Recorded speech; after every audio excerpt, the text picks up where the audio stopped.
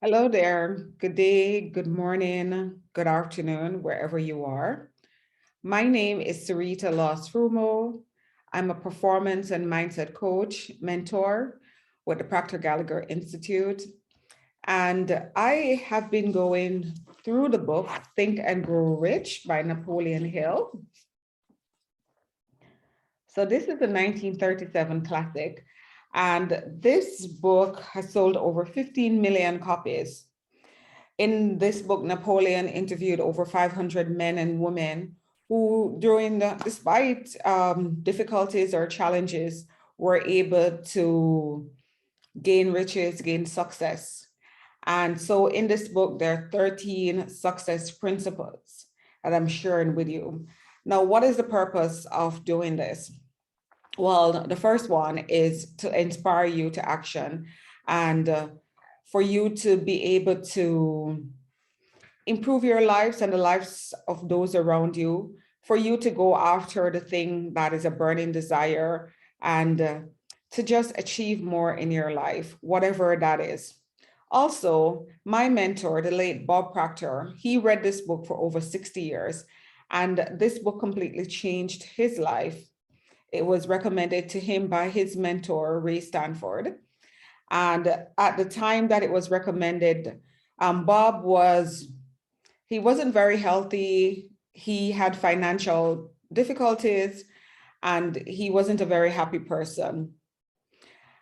And it's completely changed his life because he was able to apply these principles and as well as other things he was able to do.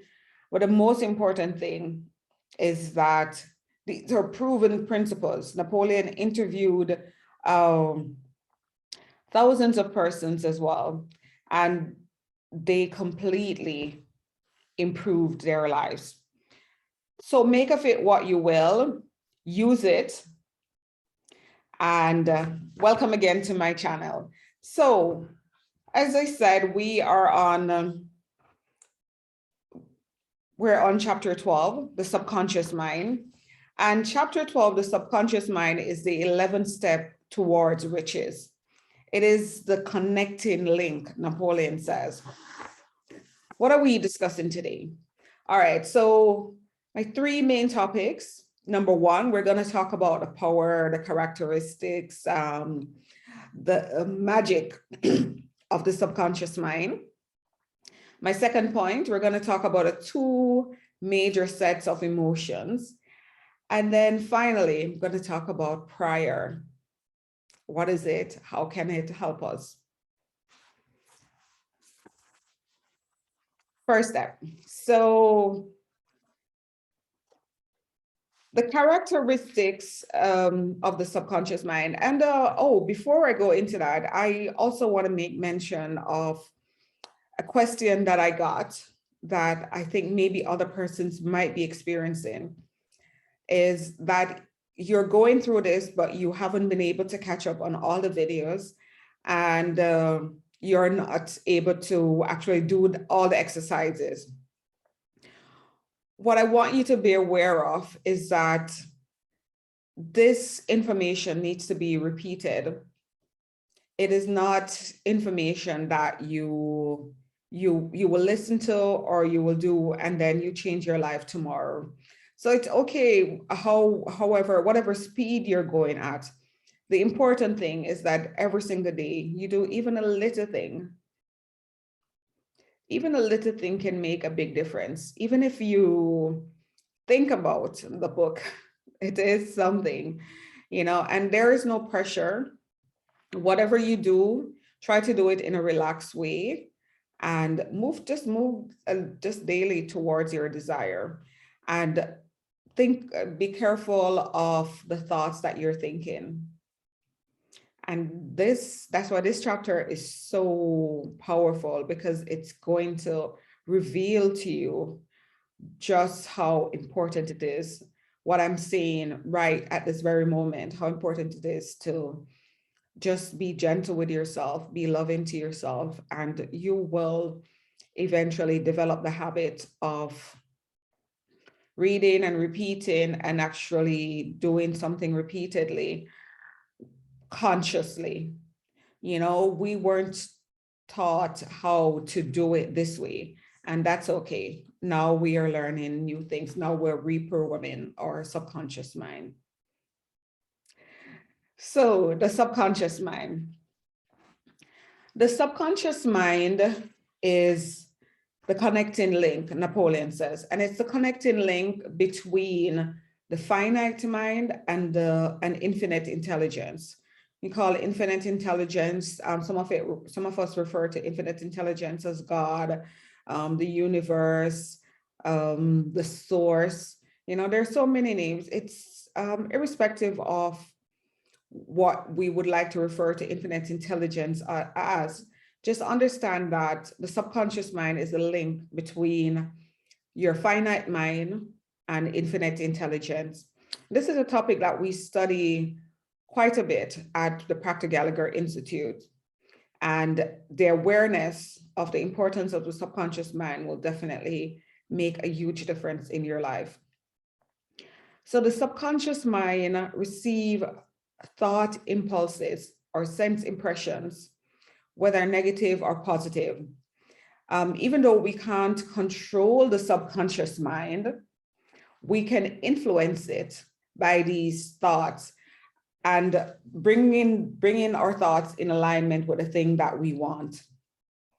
We want to ensure that whatever we're thinking and how we're vibrating is in alignment with our burning desire. The subconscious mind is always at work. It's not something that we can turn on or off, which is why you will understand as I go further into it, why it's important to be aware of the thoughts, because like I said, it connects us to infinite intelligence, and infinite intelligence gives us what we want. So we can hand over any plan, any desire to the subconscious mind. And we have to understand as well that our minds are limited. We are limited in this form. In the physical form, we're limited beings. The subconscious mind is all-knowing. It's all-powerful. And if we understand that, even though spiritually we're perfect, our DNA is perfect, we do come from the source, now in the physical being, we are limited. And connecting our subconscious mind to infinite intelligence can bring about the thing that we want, can answer prayers. And as you understand this topic more, you can review the chapter on desire and also the chapter on faith, because it tells us to make clear the thing that we want. We want to put them into writing, and we want to be persistent. That's why we also encourage at Proctor Gallagher to carry around a goal card where you write out your goal and you look at it repeatedly. Napoleon also states in this chapter that the 13 principles, the 13 success principles will help in reaching the subconscious mind. So understand again that the subconscious mind, it functions voluntarily. It acts upon whatever you feed to it. So if you feed desires, you can feed it desires of what you want, or you can feed it fear, poverty, you can feed it negative impulses, and whatever you feed it, you get back out. And we have heard the saying that thought becomes things, right? So the first premise of all of this is that everything was first created by thought. Everything first started as a thought, and then we mix it with emotion, or it's first created by thought, and then through the emotion, we assemble it into plans. So through the synthetic imagination or through the creative imagination, then they reveal themselves as plans and eventually results. And of course, mixed with faith, thoughts do become things. So we want to really be conscious of the thoughts that we continuously think, because these thoughts are embedded in our subconscious mind. The subconscious mind has no power to, it cannot reject the thoughts. Your conscious mind is the part of you that can accept, reject, or create new thoughts. The subconscious mind is very impressionable.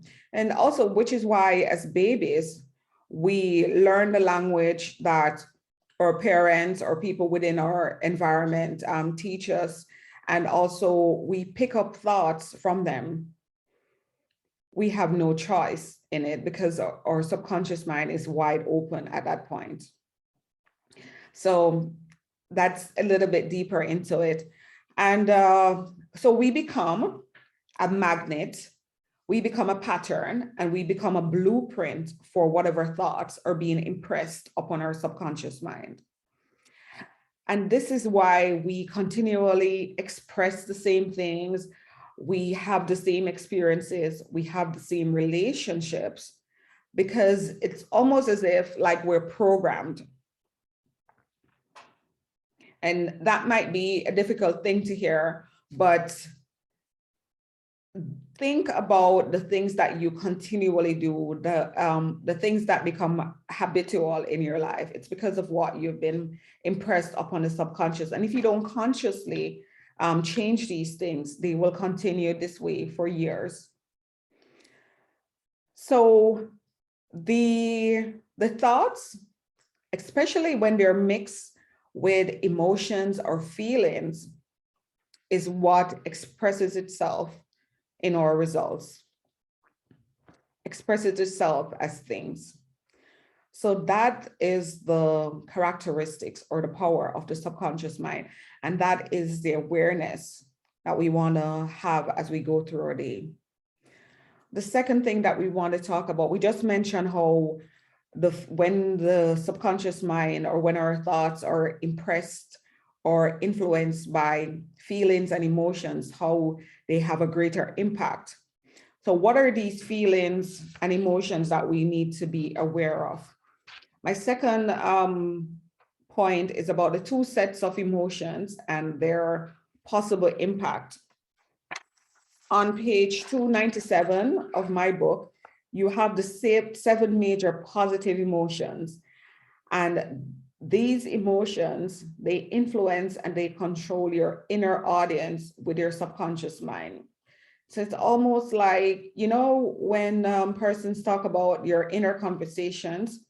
So just imagine or just be aware that your emotions are sending a signal of the thing that you want. You're bringing that into existence based on your emotions. And these are the 7 major emotions. There are others as well, but once you are able to bring these into play, once you're able to make these habitual, then they will influence the other positive emotions. The 7 are desire, faith, love, sex, enthusiasm, romance, and hope. So those are the 7 major positive emotions. And then on page 298, there I have the 7 negative emotions. And the 7 negative emotions are fear, jealousy, hatred, revenge, greed, superstition, anger. Your mind can only hold one set of emotions at a time. So positive and negative can't exist in the same place. So if you have the emotion, and we always say that the emotion of faith, you know, counters the emotion of fear. So so there's either faith or there's fear. You choose. And this is the only way you can gain control over your subconscious mind. You want to inject only the positive emotions, and you do that through autosuggestion, which we mentioned in chapter 4. And this will control the inner audience of your subconscious mind. The only way that you can do this, the only way you can master this and master controlling your subconscious mind is only by using it. That's the only way. So choose today what you want to focus on. Do you want to focus on positive emotions or do you want to focus on negative emotions? And finally, let's talk about prayer. Now, I had a coach or mentor that always said, you know, when you worry, you're praying for the thing that you don't want. So when you have faith, you're praying for the thing that you do want. Prayer is so powerful. Napoleon says that usually persons pray after everything else has failed. That's the only time they go into prayer. And when they go into prayer, they normally bring this emotion of fear and worry and doubt. So what happens? Remember, we said how positive, how influential or powerful the emotions are. So when we go into prayer with emotion of fear and doubt and worry, we impress that upon the subconscious mind. And when we go to prayer with something that's written out of a book or written on some pages, we don't link our feelings or emotions to that. So it's like we're praying in vain. And he says, if you can think back and recall your actual state of mind while you're praying, you know, just think of things that you have achieved in your life, things that came to you that you didn't want. Just think of the state of mind you were in while you were praying, and you will be able to see that that he's saying is true. And I can definitely attest to it. He says, no one will approach the universal mind in a state of fear for the very reason that there's no such emotion as fear. And here he's talking about a time that will come when we will understand just how powerful prayer is. I don't think we're there as yet, but when we do understand this, there's no way that we're going to approach in universal mind in this emotion of fear, because we'll be focused on what we want. We'll be focused on our desire. And so faith will take over.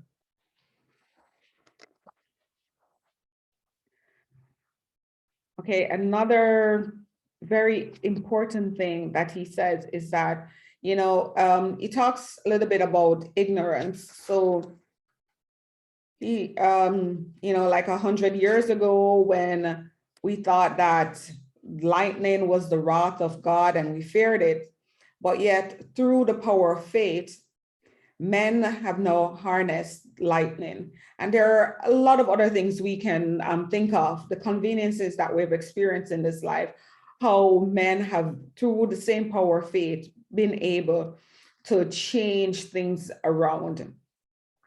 One important thing that I loved here was when he talked about how, you know, we were afraid that, you know, the space. He says, no, thanks to the same power of faith, men now know, that far from being either dead or void, the spaces between the planet is very much alive. And it is the highest form of vibration known, except perhaps the vibration of thought. So the vibration of thought is really, really powerful. And mixed with an emotion such as faith, love, sex, you know, all the 7 positive emotions can make a huge difference in our lives. There is nothing preventing us other than controlling our thoughts from connecting to infinite intelligence. There's no cost, he says, except patience, faith, and persistence.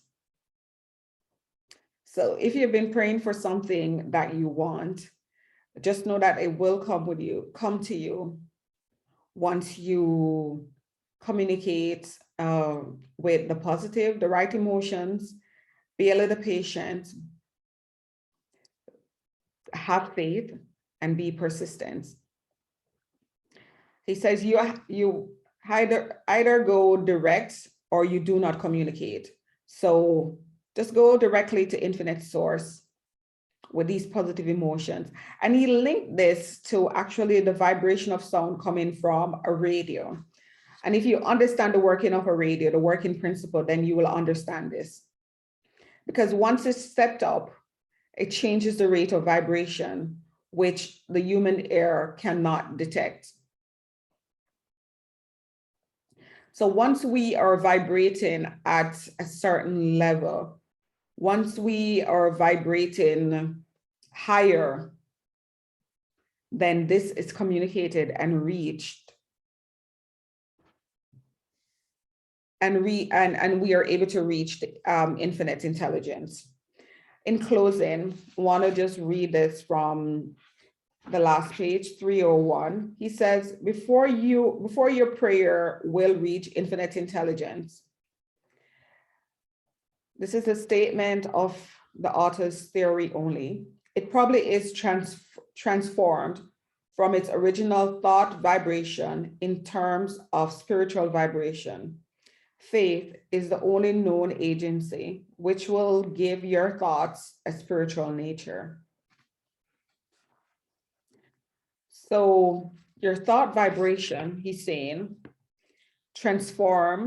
changes itself into a spiritual vibration. And based on what he knows or what he thinks or what he has experienced, this thought vibration transmutes into a spiritual vibration. And that is what connects us to infinite intelligence. We are spiritual beings, and we know that as physical beings, we are limited, but the spirit side of us is infinite. The spiritual side of us connects to infinite intelligence, connects to something that we cannot see with a human eye. So it is something completely different. So this chapter is really powerful. It's a very short chapter, but nonetheless, just understand how powerful and how well it ties in with the other chapters. All right, so that's it for me today. I will see you in my next video as I go into chapter 13, which is the chapter on the brain. Hope you enjoyed. Thank you so much for joining me, and I catch you later. Be good.